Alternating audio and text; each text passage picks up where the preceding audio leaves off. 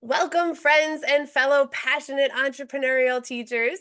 I am joined today by fellow entrepreneurial teacher and Toastmaster, Freddi Dogterom.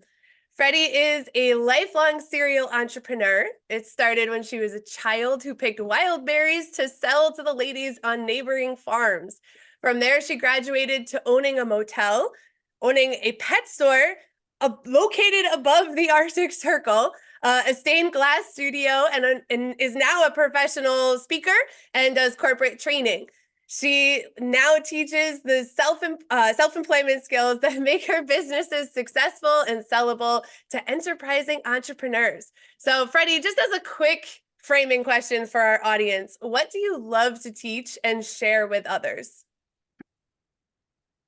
I am absolutely fascinated by this whole field of entrepreneurship, self-employment, taking the bull by the horns and being in charge of your own life. The two particular skills that I love to teach are, number one, communication skills. Because if you cannot communicate about your business or to your clients, your suppliers, your customers, your service providers, if you cannot communicate clearly and well, you're going to really struggle in your business.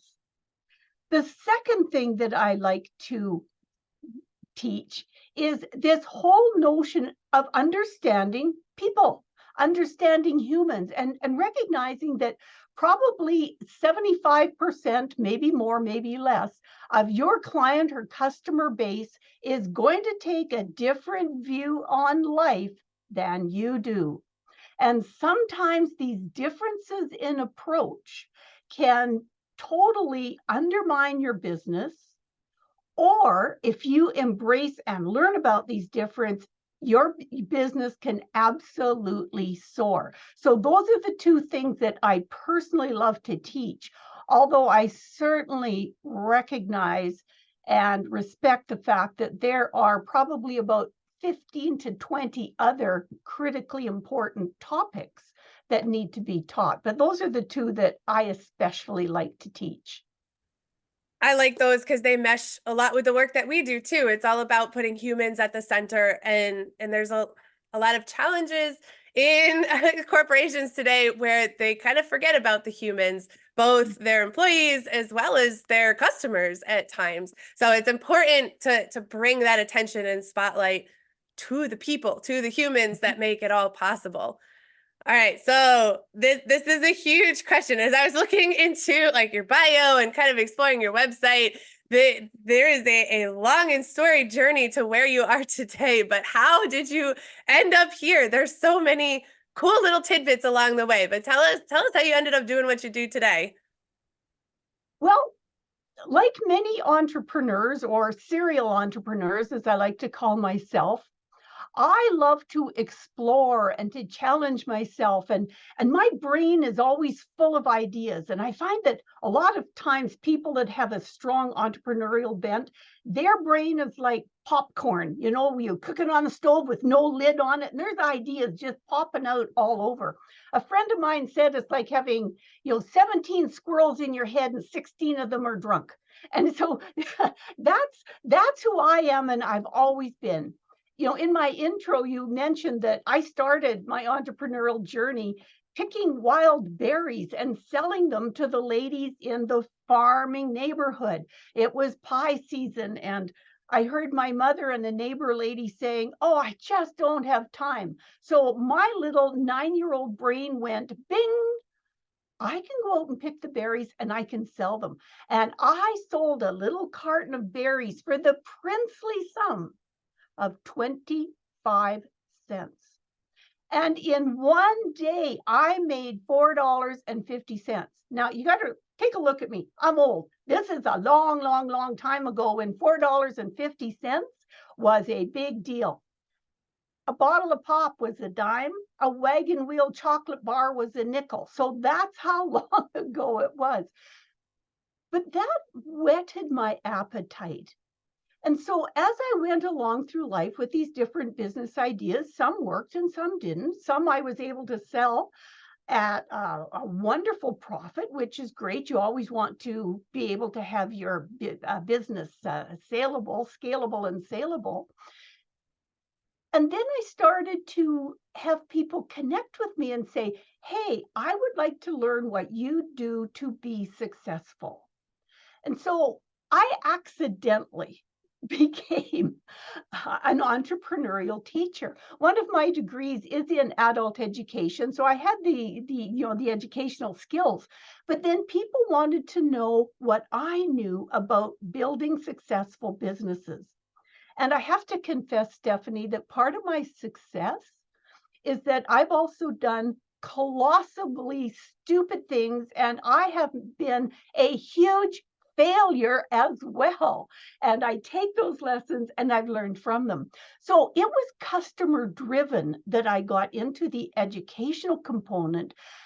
But then when I realized that I wasn't the only one that was on this entrepreneurial road and sort of stumbling to success, that I actually had something to offer, that's when I started to focus more on the educational component and teaching entrepreneurs. I was lucky 20 some years ago to get connected with an organization that teaches entrepreneurial skills to, budding entrepreneurs, the business skills. And I have been working in this program for over 20 years, and it's absolutely wonderful to see that entrepreneurs are people that have the core skills to do what they do. So if you want to start a welding business, you're a good welder. If you want to start a bookkeeping business, you're a great bookkeeper. The number one reason that entrepreneurs fail is because they don't know the business of the business. They don't know all of that boring, horrible, drivelly stuff that's at the back end. That is what can kill your business. Don't know how to communicate, don't understand the tax system in your province or state, don't understand how to manage your products, your projects. You don't understand supply train management. What about insurance and creating your business name and customer service and all of that stuff? That is what will fail a business. And I learned that the hard way because I had a colossal failure based just on some of those things. There's a lot to unpack on there, but I cannot, emphasize enough that last part that you said, because there are a lot of people, small business owners out there that basically own a job. They Yeah. they have something that they enjoy doing, if they have a passion for it, and then they try to go into business for themselves. And there is that whole other element. I had someone, I was just in conversation as someone who's never been an entrepreneur, so doesn't have the reference base for it, tell me that who I should be listening to in the martial arts business are other martial arts masters. And I was like, no, absolutely not. Like, there are some people out there that are fabulously skilled at what they do, but they have no idea how to run a business and do all the back end stuff like you were just talking about. It's a totally different game to just do your craft versus own a business. Absolutely. And that's why people need folks like you, Stephanie, that can guide them through and teach them and put them in contact with the people that are the experts in what you call the back end stuff. The back end stuff that if it isn't managed and learned and incorporated into your everyday business, you will fail. Yeah, and just like raising a kid, it takes a village. So we're really focused on the design of the business, but we're not the people to come to for, like expert marketing advice. We know how to market for our business. We've figured things out, but we're not the experts in that area. So we look to other experts for that marketing side of things. And then, obviously we listen to our accountant when it comes to all of the taxes and payroll and all of those kinds of things. So it takes a village to raise a business. It absolutely does. And you know what? I'm so glad that you referenced the fact that, you have an accountant. I have seen numerous small businesses where, and this is not to take away from anybody's desire to support spouse, partner, family members, or whatever in their endeavor, but this whole accounting piece, the bookkeeping, the cash flow management, taxes, etc. That's a critical piece. And, you might be the spouse, the sister-in-law, the brother-in-law, whatever, that is a good, well-meaning person. But if you don't have the skills, please at least consult with somebody that does. Quick little story.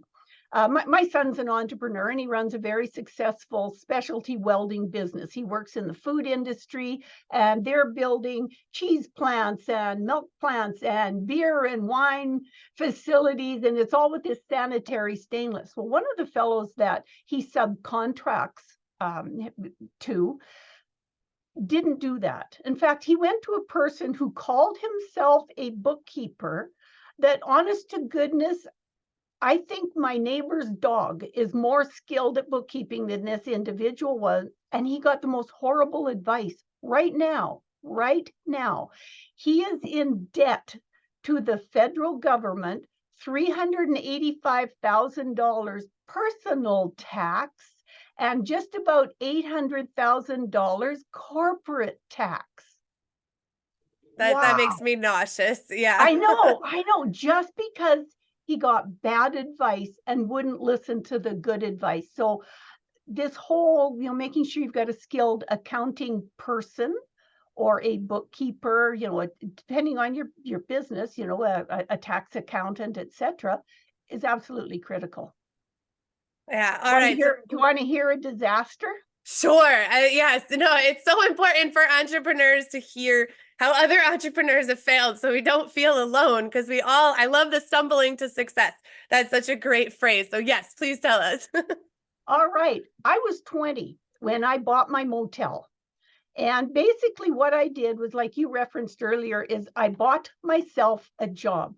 And apart from my stellar wild berry experience, I didn't have any business experience. I worked in the hospitality industry and, I'd done some other things. I'd worked on farms, but I didn't have all of this back end skill that you need. And so where I lived, there was taxes that we had to charge on the rooms that we rented to, travelers, etc. Now, the reason that I bought the motel was a very sound reason, because what I did is I did what's called an environmental scan. And I looked around the environment and I thought, what the heck is going on in this area? Well, there was a huge power line, transmission line going to be built through this area. And it was rather remote. There wasn't any accommodation for people. So my little brain went, bing, you know what? These are older owners and they're wanting to sell their motel. Well, I'm going to buy the motel and have the workers stay there, which is what I did, which was very, very successful. I didn't know anything about bookkeeping. I didn't have to do any marketing, fortunately, because I was full all the time with the construction company. So I was lucky there.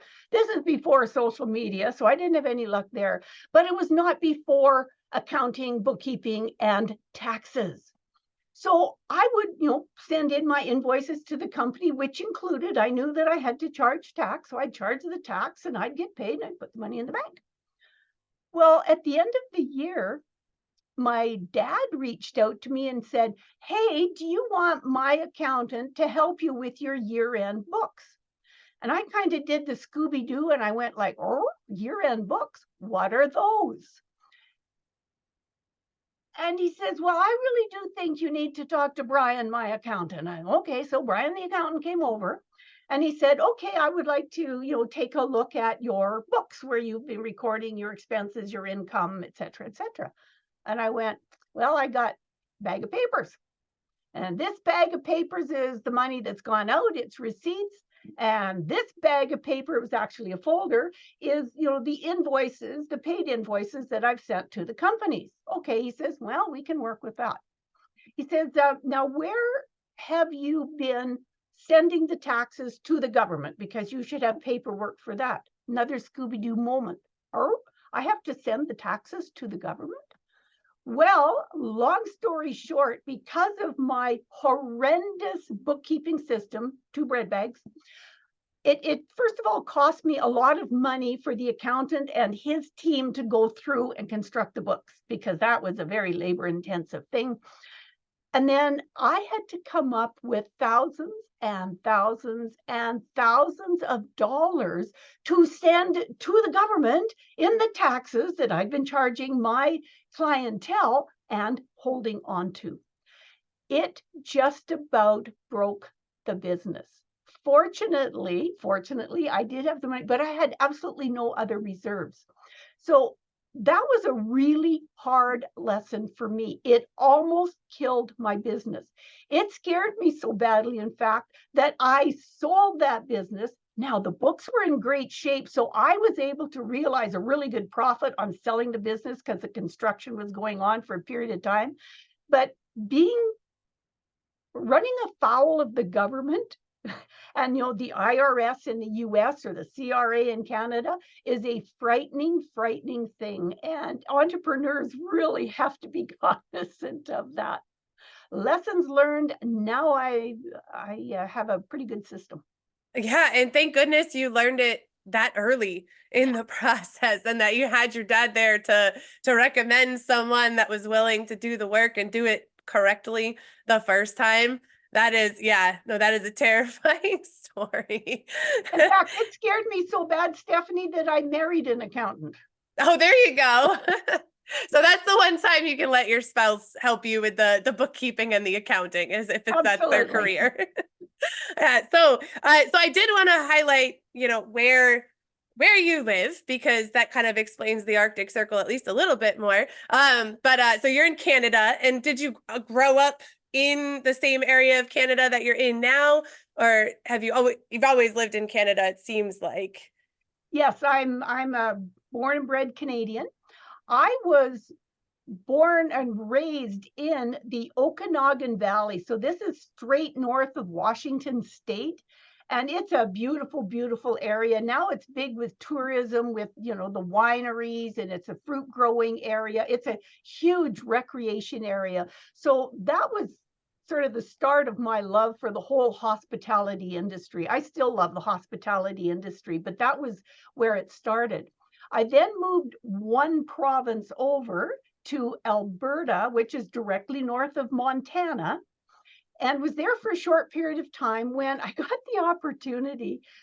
I don't know, maybe I don't like having a fixed address, but I had an opportunity to move to a community that was 400 miles north of the Arctic Circle. I was literally up on top of the world. I used to fly south to Alaska for recreation. So that's where I was, way up on top of the world. And it is a land of opportunity. If you go up there as a single woman, it's a really good land of opportunity, if you know what I mean.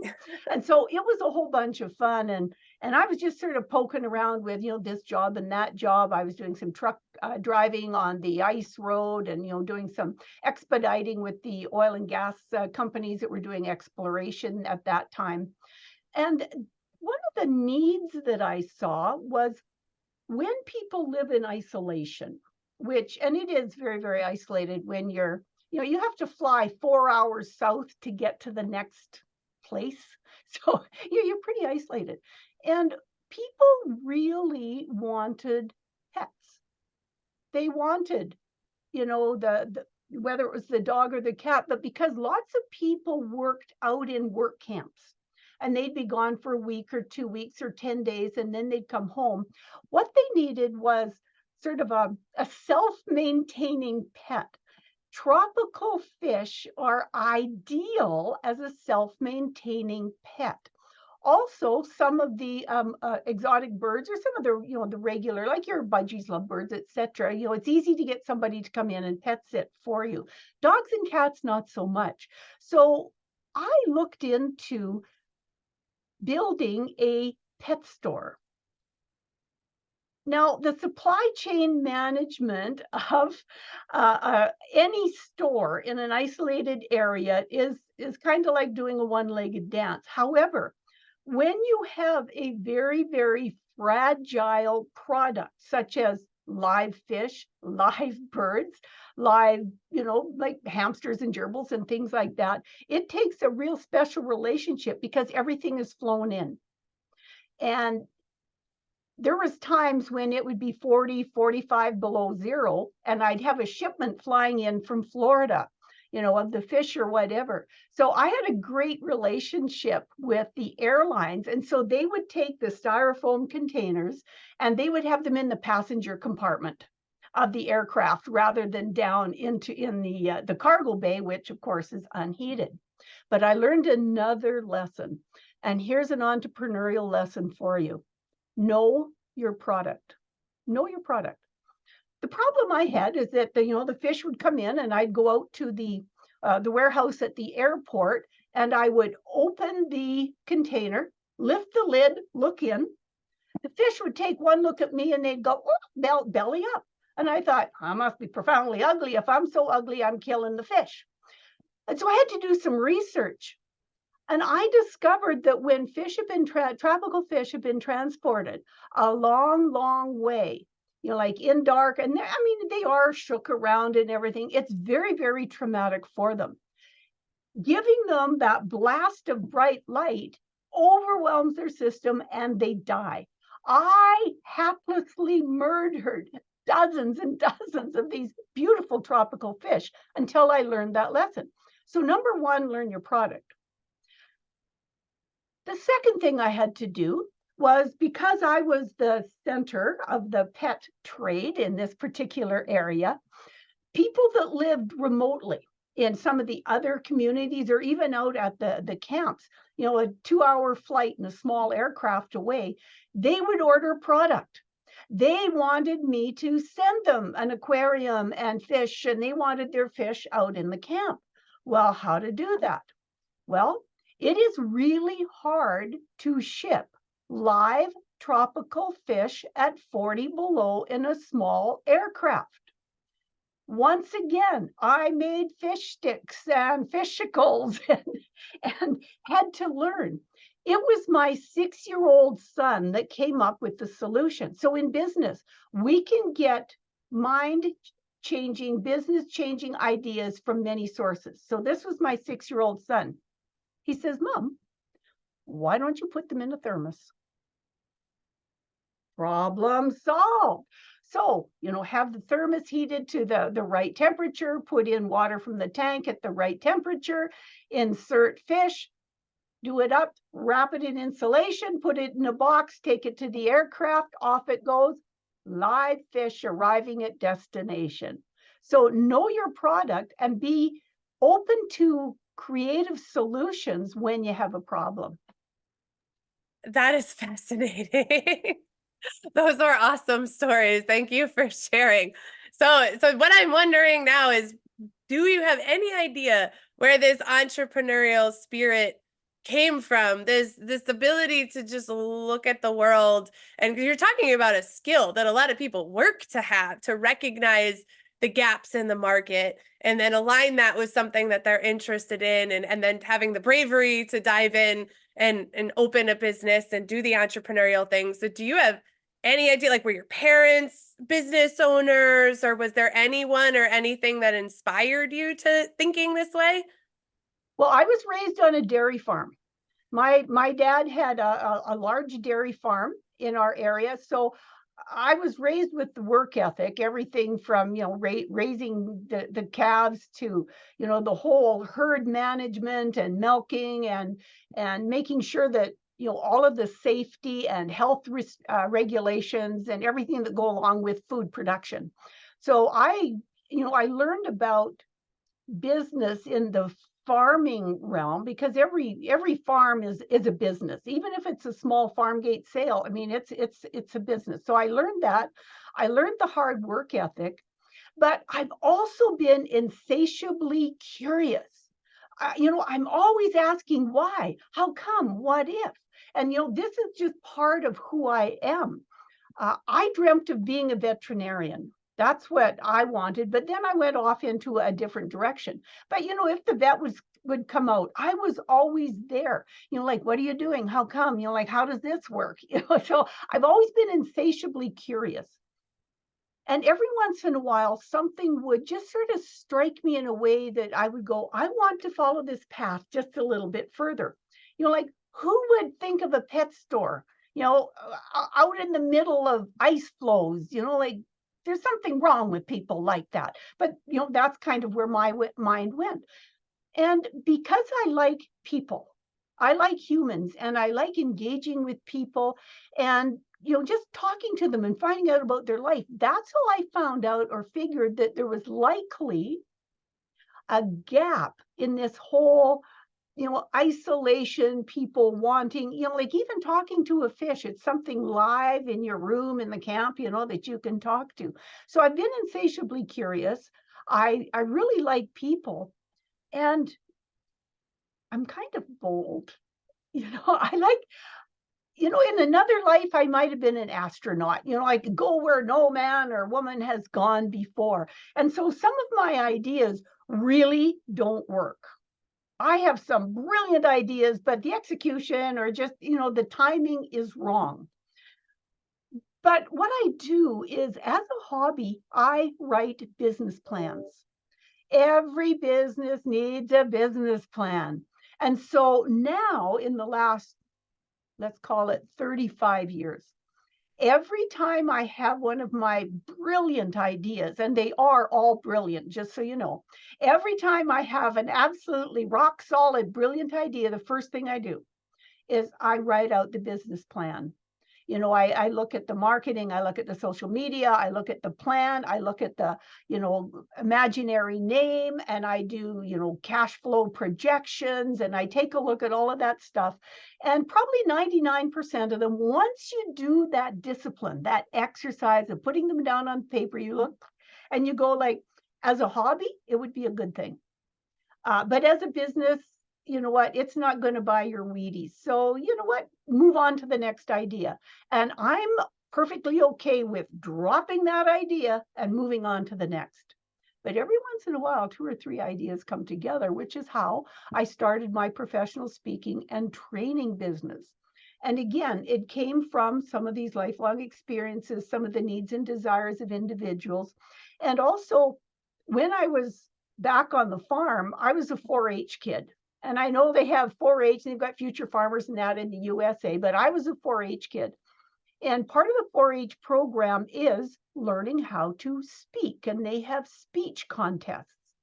And so when I was about 10 or 11 and joined 4-H with my beautiful little black and white Holstein calf, I enjoyed the program. And in 4-H, with animal management, you also learn how to track your expenses, etc., like good business lessons. And as I went along, they encouraged me to start to enter the speech contest, because they said, in order to be successful, you need to be able to speak and communicate well. I was a painfully shy child. I was the smallest angel in the church Christmas pageant, and I was so shy that I hid behind my big brother that had real feathers on his wings. So I was terribly shy. But through the 4-H program and through some of the things I did at school, I started getting into the speech contests. The year that I turned 15, I was very successful. I won at the club level and the regional level and the district level. And then I went to the Canadian finals. So this was all of the top 4-H speeches in Canada. First prize was a 10-day trip to Japan. Wow. I'd never even been out of Canada. I hadn't even been down to the USA, which was only 300 miles away. So I thought this was amazing. So I practiced and practiced and practiced, and I gave my speech. And you know what? I finished second. My best friend got to go to Japan, and I got to go home and clean out the calf barn. So that was very disheartening, but it taught me a valuable lesson. And that is that communication really does matter. And whether or not you win or lose, there are some skills involved in it. And so through that, as I moved ahead in life, I discovered the most amazing organization in the world for communication and leadership, which happens to be Toastmasters International. Now, When I joined Toastmasters, I was already a paid professional speaker because I already had my speaking business, etc. And people say, well, you were a speaker, you were getting paid. Why join Toastmasters? Duh, why not? First of all, it supported my business because my business was speaking, training, and communication. So I joined to learn, number one, more skills. Because in business, you cannot be too skilled. So I joined to learn more skills. Secondly, it was an association that really supported my business. So no matter what business you're in, find the associations that support your business. In the speaking business, there's also NSA in the USA, and there's CAPS in Canada, there's the Global Speaking Federation, etc. So these are the associations that support my business. It was also a great place to have an audience to try out material. Again, no matter what your business is, where is your test pit, right? If you're an electrician, like where do you learn about some of the new electrical products? Like when LEDs started coming in, where did you find out about them? Where can you try them out? Maybe you want to wire a friend's cabin or something, and work on some new techniques. But whatever your business is, where is your test pit or your test plot? And so Toastmasters gave me that as well.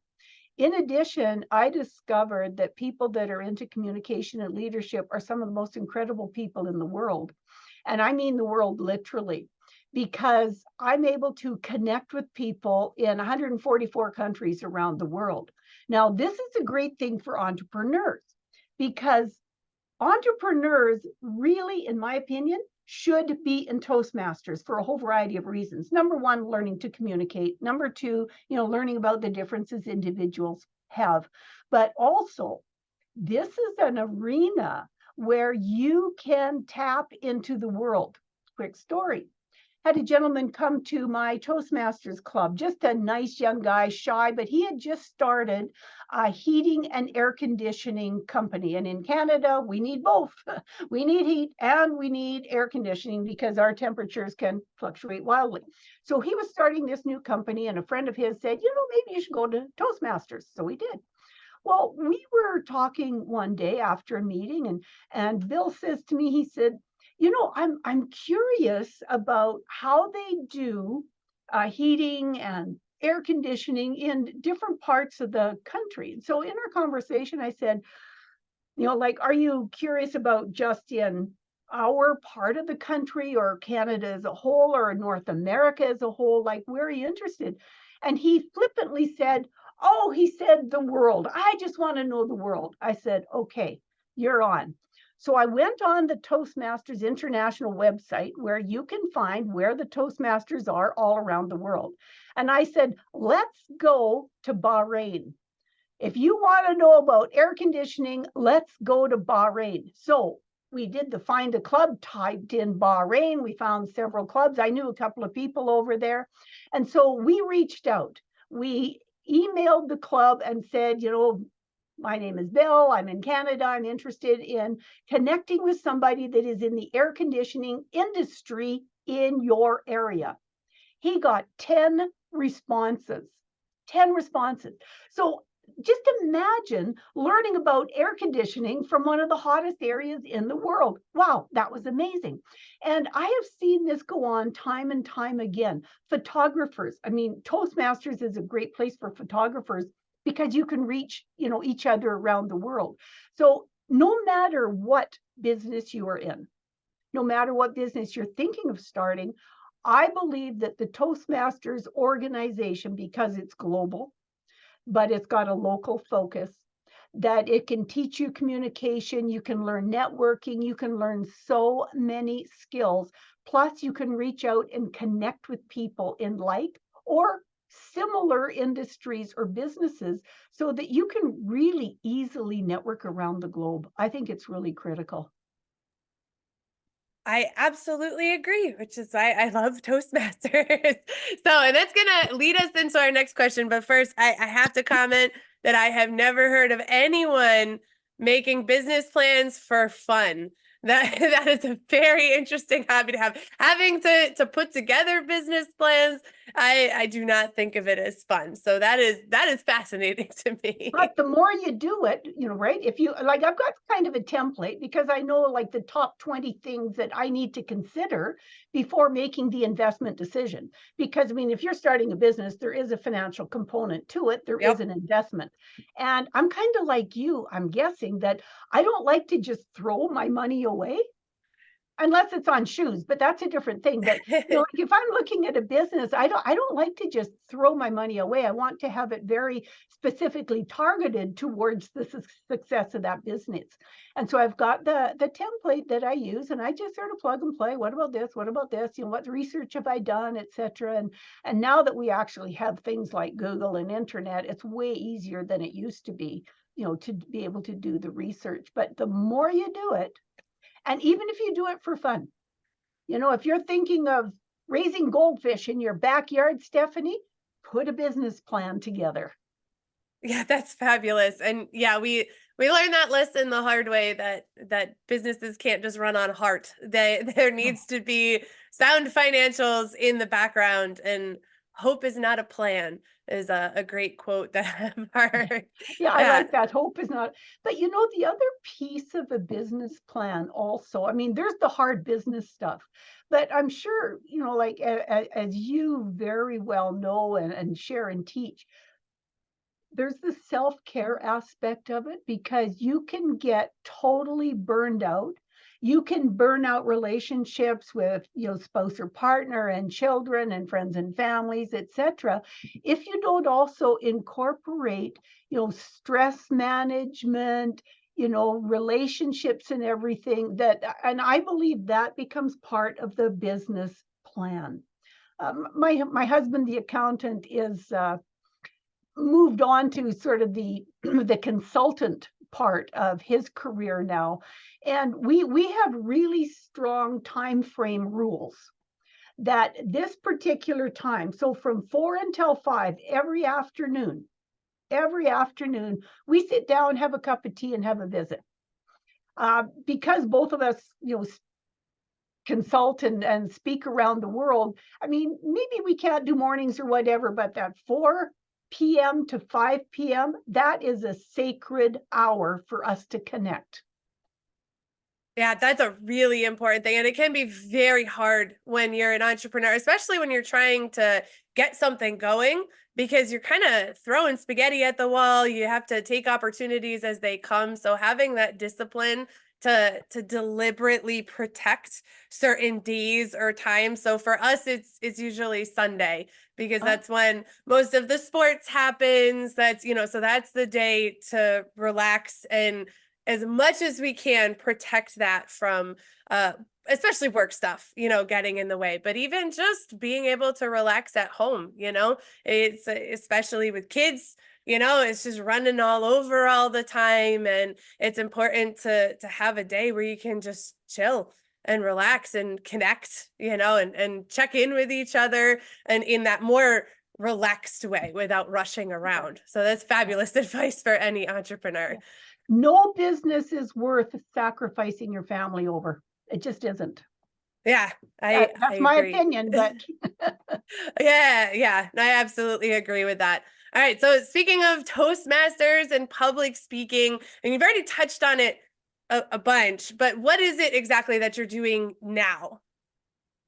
what am I doing now? Well, actually, I do some pretty fun things because I'm morphing now away from some of the entrepreneurial teaching, etc. And I'm doing retirement lifestyle planning primarily. So I'm working with individuals that are, let's say, from 50 on up, that are looking at in the next 10, maybe 15 years, transitioning from their worker business life into their retirement life.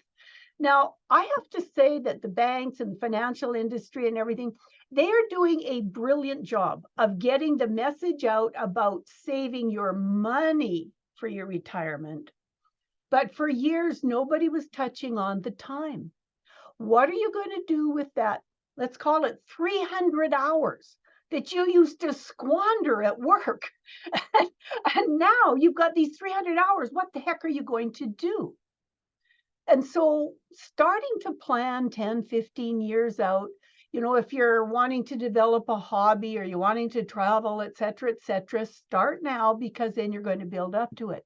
And some of my workshops, I do both online as well as in-person workshops with individuals. And one of the top things that people say, when I retire, I'm going to travel. I go, fantastic. Do you travel now? Oh, no, I just don't have time. Okay. So when are you going to start to develop the skill of traveling? Because traveling is like anything else, it takes a skill.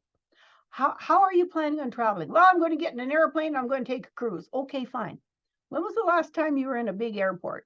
And I'm not talking the one that has, like a single DC-8 or something like that. I'm not talking about a little airport. I'm talking about Charles de Gaulle with 8 terminals. I'm talking about London Heathrow. I'm talking about Atlanta. Have you been to the Atlanta airport? Good luck.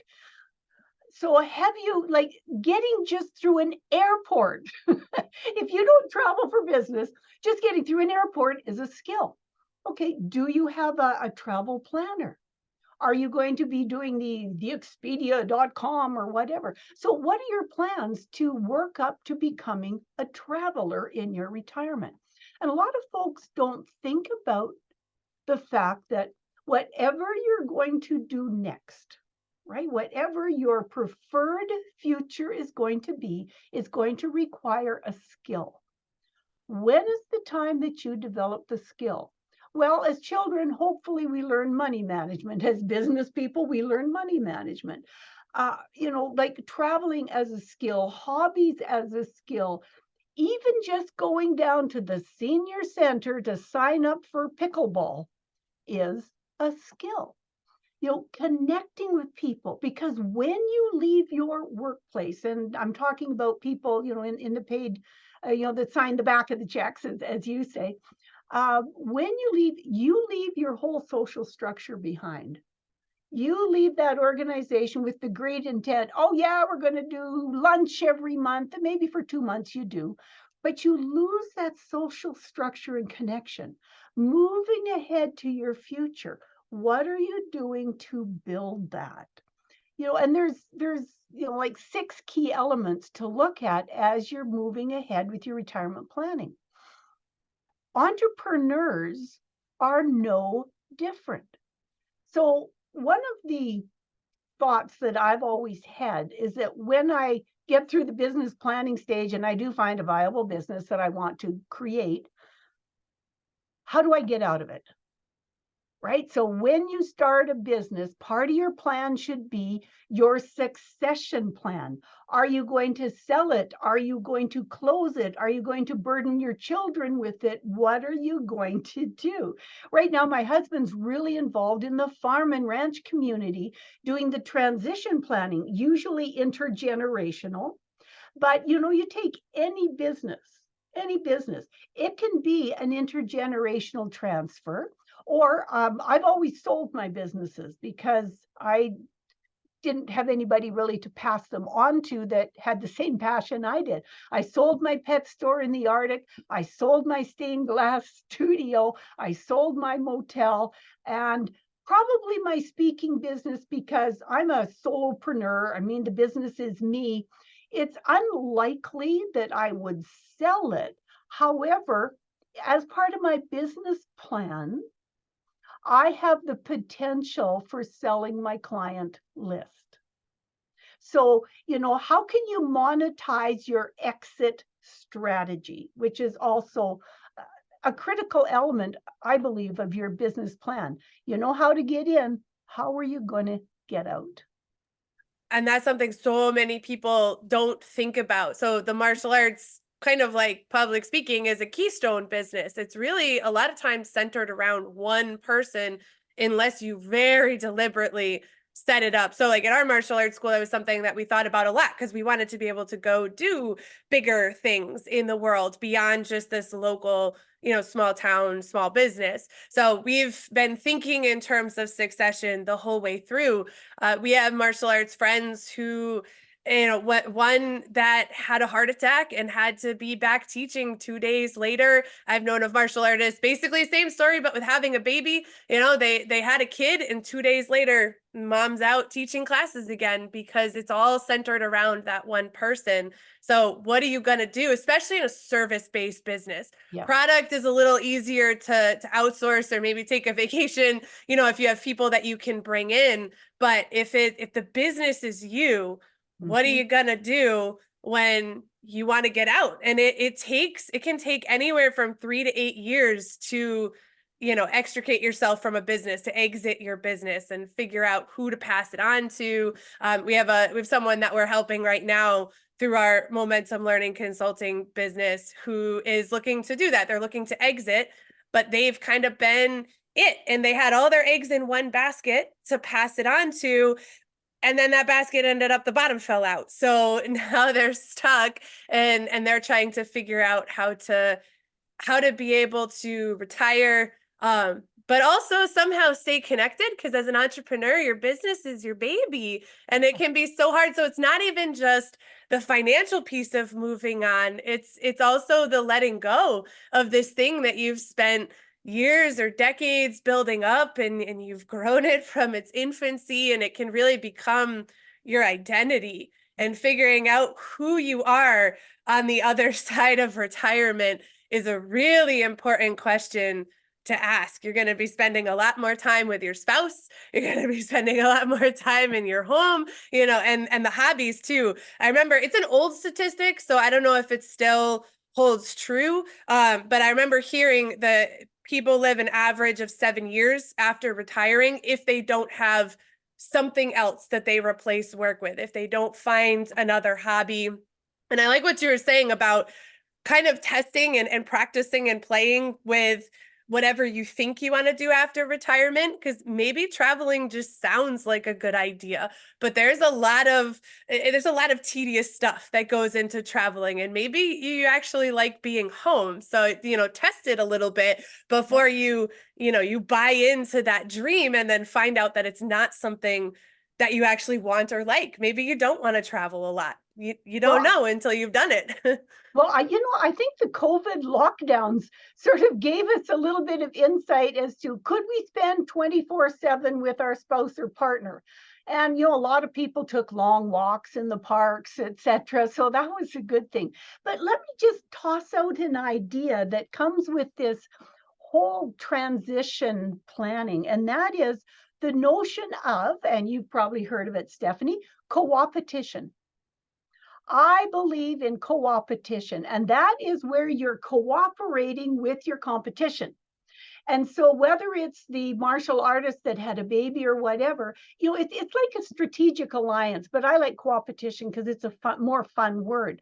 So as I was starting to move my speaking business, as I was starting to move it along, one of the co-opetition things that I did with some of the topics that I teach to entrepreneurs is I worked with a fellow Toastmaster, as a matter of fact, who had a similar skill set to mine. It's just that they were not as advanced in their skills. So I started mentoring and working with this individual to bring them along to have the same level of skill that I did. And then I took two big contracts that I had, and when they came up for renewal, I worked with her to take over the contracts.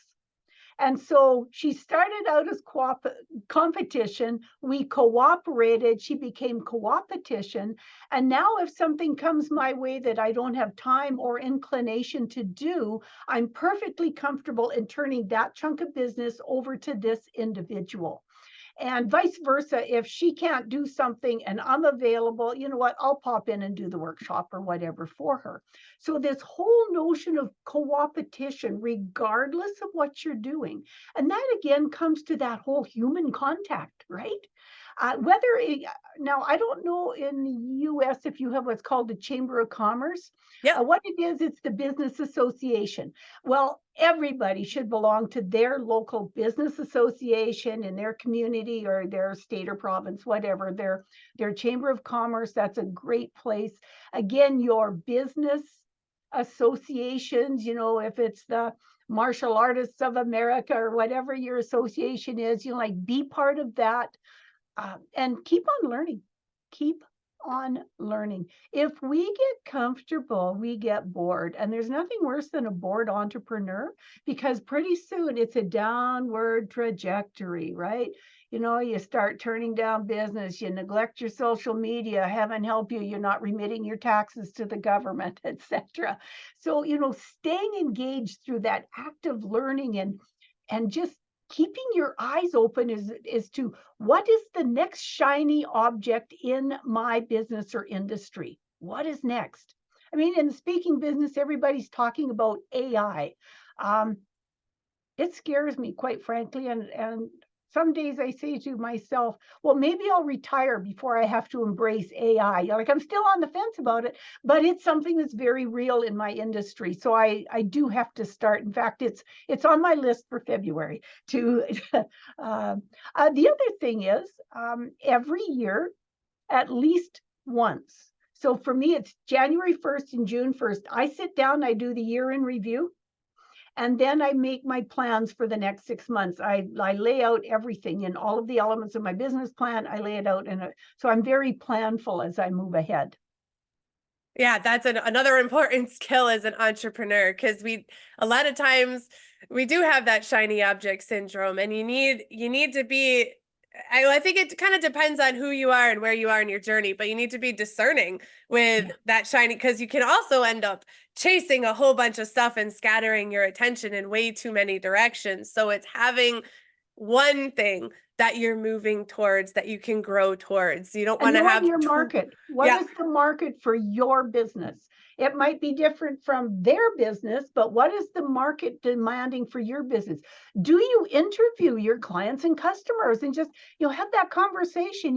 Is there something you'd like to see us do differently, or what is not working for you, or what's working exceptionally well? If you have customers leave you, do you do an exit interview with them? And this isn't an accusatory thing. It's an information gathering for you. Yeah, and I think, why did you go to the gym across the street? yeah, and when you come from that place of curiosity and the love of learning, your customers learn that about you. So when they, if you're genuinely seeing them as a human, treating them as a human, being kind, they will still need to move on. Excuse me, at some point, we say that in the martial arts, everybody quits, even if it's just because they unfortunately pass away. At some point, everyone's going to leave. So it's maintaining that relationship, while valuing them while they're there. And then they will be willing to talk to you on the other side. And you'll have more open communication about if there was something you could have done better, or you'll know that you can trust the fact that it really just was their life changed and it was time for them to move on. So can you be part of that process with them?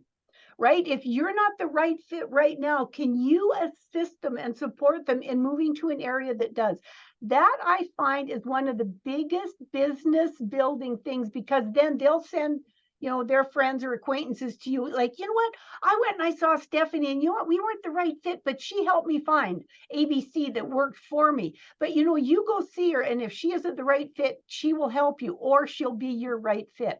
And again, if we bring that human part into our business at all levels, instead of being annoyed or saddened or disheartened because somebody chose to leave, can you be part of that exit, that it's done with grace and support? And I believe that grace and etiquette has just a huge role to play in business. Yeah, and that goes back to that co-opetition idea that you had, and just having an abundance mindset. There is enough out there to go around, if we're all in it together and we're working together. And obviously we have to do the work to help ourselves stand out, but that doesn't mean you have to tear somebody else down. And usually the people that are tearing down other businesses don't end up with a very good reputation. We have quietly watched many martial arts schools come and go in town, and a lot of times they would come in and start spouting off about the style that we do or who we are, how we teach, and we would just keep doing Yeah. what we do and, being who we are in our community, being a community resource and a family ally. And they'd be around for 6 months or a couple years and then they'd move on and we're still there. I mean, as a consumer, I refuse to do business with businesses that are like that. That if you have to get ahead by dissing everybody, by stepping on other toes on the ladder, I don't want to play in your park. Sorry. Yeah, I agree. Absolutely. So you do a lot of speaking, keynote speaking, and also workshops. So I'm curious, what do you enjoy most about it? And do you have a preference? Do you like one over the other? Or do you find one more rewarding than the other? What do you like about each of them? I like both of them equally, but for different reasons. The keynote, I enjoy, standing in front of 3, 4, 5,000 people and, like talking about one of my passions. In fact, on my website, you can see one of my keynotes regarding retirement lifestyle planning. It's called Your Retirement Prescription. It takes more than money. And so that's one of my favorite keynotes, and they can go between like 30 minutes to 90 minutes depending. I love doing that because I get the energy from the audience. Being 100% an extrovert hasn't hurt me any, and so I just draw the energy from the audience, and I absolutely love that. But doing a workshop with between 10 and 30 individuals where we're able to dive deep and we're able to form that one-on-one or one-on-30 connection, right? That relationship is built over the course of 3 to 7 hours. And so I absolutely love that. And I learn so much because people are feeding me their thoughts and ideas.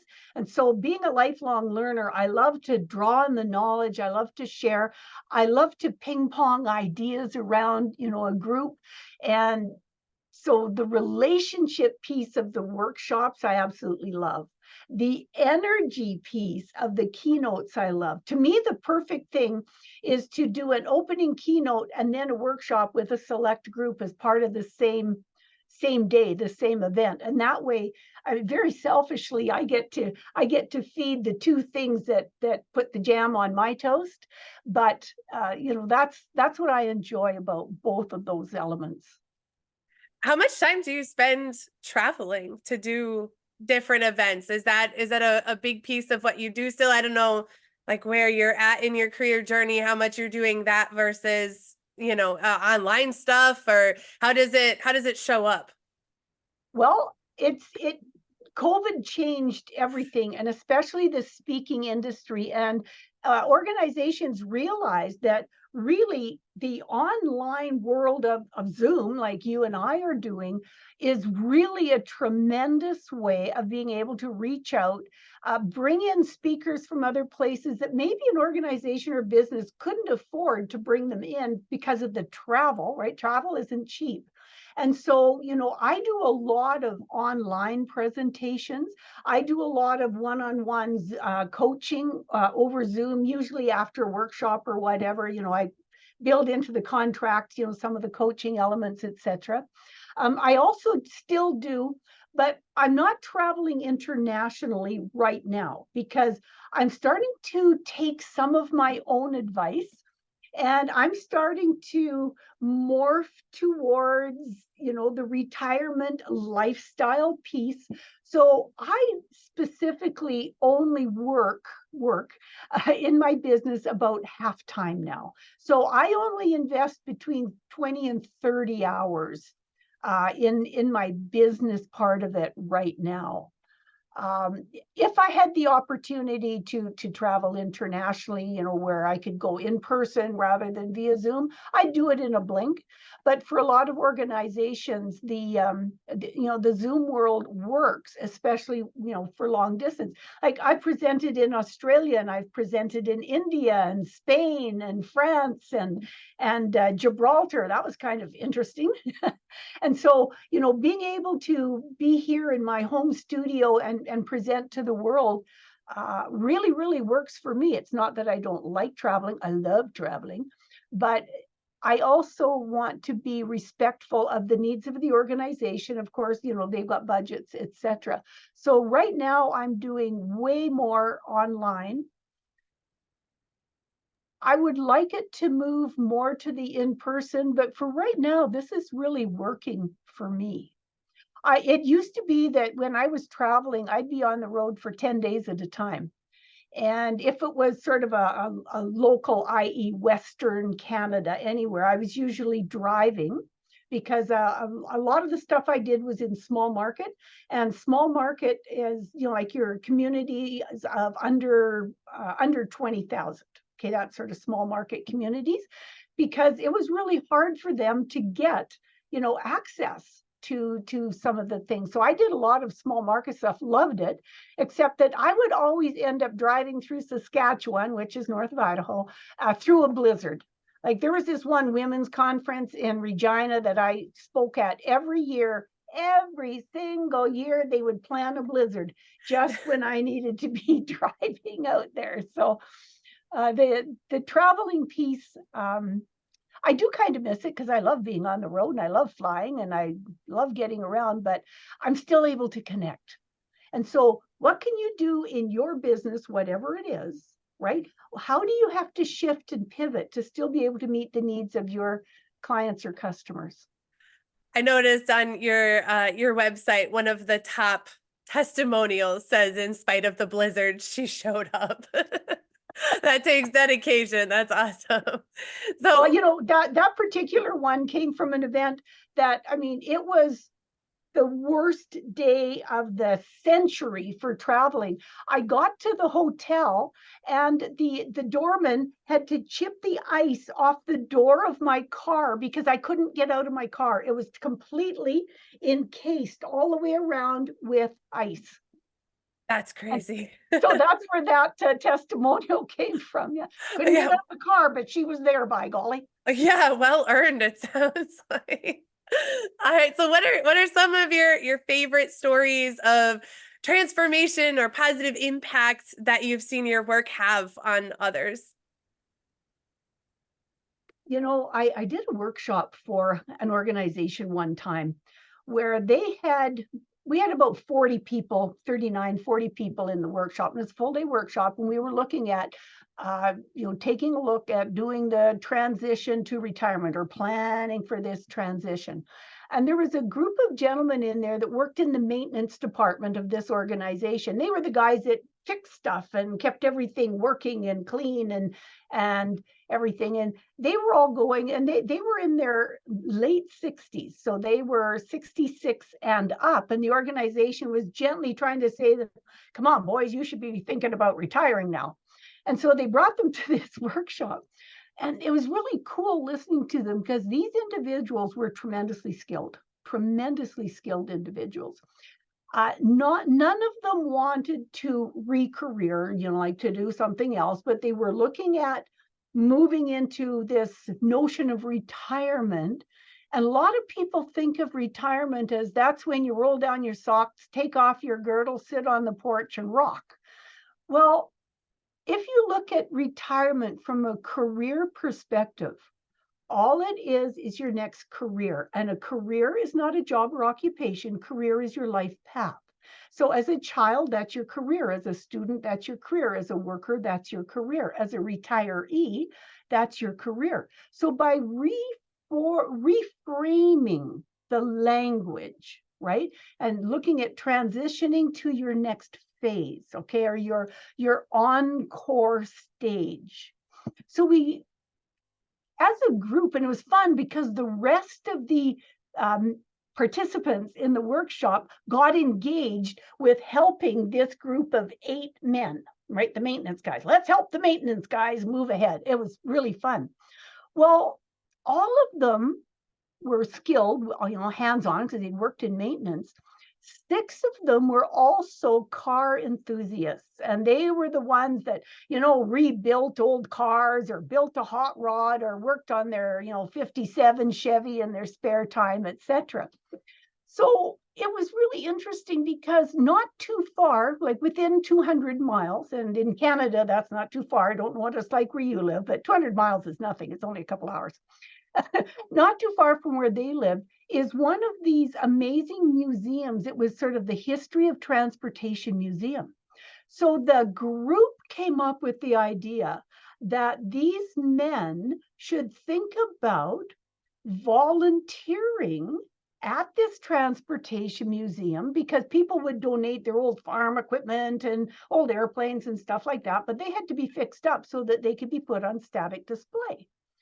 So the idea for these gentlemen was to talk to the museum about volunteering in their reconstruction restoration division.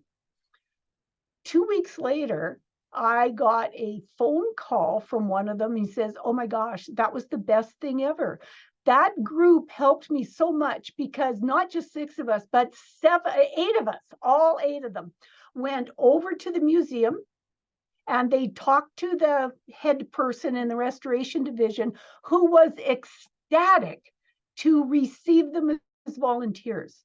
And so twice a month, the group of them go over and they work on a project. Like, so you got, 8 skilled guys working on a 1922 Packard or something like that.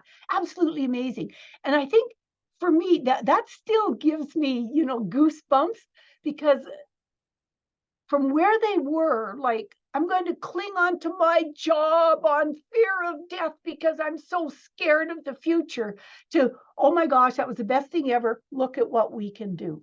And so, that's the power of looking ahead and doing the life planning for your encore career. And what's beautiful about that is your message obviously was a huge part of it, but it was the space that you created for the conversation to happen within the group. So it wasn't what you did, it was what you created the opportunity for. And then it was a communication, it was a joint thing between everyone. That's awesome. Yeah, and you're right. That's what I thought was the beauty of it, is that the group got engaged. Right. And it was the power of the group, and they all worked together at the same organization. It may have happened the same way, with groups, from different organizations, but this was all a cohort, and everybody liked and cared about each other, and they really wanted these guys to be successful. That's And awesome. Yeah, that's fabulous. All right, we could probably go on all day, but we'll finish up. So I have some not so rapid fire questions for you. Okay. So they don't lend themselves to super short answers, but kind of the idea is the quickest answer you can give. So first, and you could probably take this a couple of different ways, so I'll let you take it the way you feel like taking it today. But what should people look for in someone who does what you do? How could they find someone that does similar work to what you do? A Google search may or may not be the best way, but I would, if you're looking at retirement lifestyle planning, which is what I do now, I would talk to my old friends, my friends that are older than me, or associations. Now in Canada, the Retirement Planning Institute, right? You can connect with them and you can find retirement lifestyle planners. And I'm sure in the USA there is a similar, I'm not familiar with it, but there is a similar organization. AARP might be able to help you. Now, does the US have the Snowbirds Association? I know in Canada, there's the Snowbirds Association. And so there's some of these retirement associations, or go down to the, your local seniors organization, right? Your seniors community center or whatever, and just have conversations around there. Say, hey, I'm looking for somebody to help me move ahead. Another really good resource is any career development association, and specifically ask for people that are looking at, encore careers or your next phase. Perfect. And then this question, I usually ask for one thing, but I would actually love to hear 3 things from you. So the question is, what's one thing you would suggest to our listeners that they can apply in their lives today? And I would be interested because you kind of have a couple of different areas of expertise and hearing that the answer to that question for retirement planning, for personality training, which is one of the things that you do. So kind of that communication piece, and then professional speaking. So if you had to give a quick, easy to apply tip in each of those categories, what would you say? Okay, for retirement lifestyle planning, don't delay, start today. Start looking very specifically. An awesome book is What Color is Your Parachute for Retirement by John Nelson, John E. Nelson. What color is your parachute? Richard Bowles wrote the whole parachute series. What color is your parachute for retirement? And he talks about 6 elements that are absolutely critical. Buy the book, Amazon, Chapters, wherever, Barnes and Nobles, buy the book. You start that today, number 1. The second element was for personality training. Right now, you can go on to personalitylingo.com. My good friend Mary Massison, who lives in Sedona, Arizona, who was one of my personality training instructors years and years ago, and she wrote the book True Colors. She wrote the book Personality Lingo. But you can go on and do a free, fun online assessment that will give you, sort of the Coles notes as personality. So personalitylingo.com. That's for the personality training. And the third question, please remind me. Public speaking. Public speaking. Toastmasters. Go to toastmasters.org. Also, some of the local colleges will have public speaking. If you are a younger person, 4-H has a public speaking element. Some communities have like the JCs, the Junior Achievement, etc. Some chambers of commerce have that. But I would say right now, today, you can go on to toastmasters.org. You can look at the information, the basis of the most amazing online learning platform. I mean, it is just totally amazing what you can learn. And you can find a Toastmasters organization right in your community or that is handy for you. Reach out and connect with them, and you can get that started right now today between Christmas and New Year's. You're not doing anything else. Just reach out to these places and just start getting your plans in place so that on January 1st, when you sit down and write your 2024 plan for success, you're going to have already done your personality assessment. You will know where your local Toastmasters club is, and you will know where an association or support is for you to do your retirement lifestyle planning. Just a thought. Yeah. Yeah, and I love that tip. Obviously, I've drunk the punch on Toastmasters as well. There's an author that I really enjoy. I talk about him all the time. His name is John Acuff, and he talks about how one of the things that he really focused on this last year was building a community, because he realized that people are drowning in content and starved for community. And that's something that an element that Toastmasters brings that I think you won't find in a lot of other online courses, because there are a lot of clubs. Obviously, we all went virtual during the pandemic, but a lot are starting to go back in person. So for someone that's kind of feeling that void or that gap in the community piece of it, there's some really fabulous people in Toastmasters. So I'm a part of this. I joined your club this year, and I'm in Connecticut. You're up in Canada. So with the virtual piece, you can connect to people all around the world, but then you can also find like-minded, self-driven people in your community if you find a in-person club that you can connect with. So you can kind of fill that piece, that connection piece. And for entrepreneurs, you mentioned it as well, the networking there's a lot of potential there. Absolutely. And many entrepreneurs start out as solopreneurs, they are the business. And it's so easy to get isolated. And so whatever you have to do to break out of that isolation, please do so, because that will only help your business. Yep. Yeah, that's the community that we're building, our integrated entrepreneur community that we're building in Momentum Learning is all about solving that challenge of entrepreneurial loneliness, because you are absolutely right. It's hard, and your friends that aren't entrepreneurial will not understand, and they'll give you all kinds of advice that is just they can't They don't even get it. conceive. Yeah, they don't get it. They can't even conceive of why it's not good advice. They're like, why are you sitting in your basement in your bunny slippers? Why are you, like a basement consultant or a B&B operator, basement and bunny slippers? Like, why do you do that for hours? Well, it's how I make money. It's how I Yeah. support my family. It's my passion. Yeah.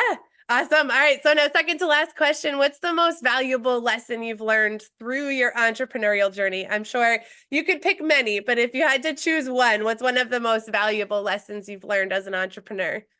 It's okay to fail. It's okay to screw up. Learn the lesson and move ahead. If you fail forward, right? Like, never waste a mistake. Right? Never waste a fail. You are going to make mistakes. You are going to fail, sometimes spectacularly, sometimes in only but use it to move ahead. Fail forward. Beautiful. All right. And then last and most important question, how can people connect with you if they want to learn more about what you do, if they want to hire you to come speak at their organization, how can people find you? Well, I am at Freddi, Freddi Speaks, SPEAKS.com. FreddiSpeaks.com is my website. And you can also reach me at Freddi at FreddiSpeaks.com. So it's Freddi, and what do? I speak. So you can reach me at FreddiSpeaks.com. Perfect. Or Awesome. Well, reach out to Stephanie. She can always find me. there you go. Absolutely. Thank you so much for joining me today. There's so many great stories in here. It was an absolute blast. And whatever you do, keep being you, because you're an awesome human. Well, thank you so much, Stephanie. And I appreciate being able to contribute in some small way to your success in your organization. I think building this community of entrepreneurs is an absolutely brilliant, necessary, and constructive path that you're taking. Thank you.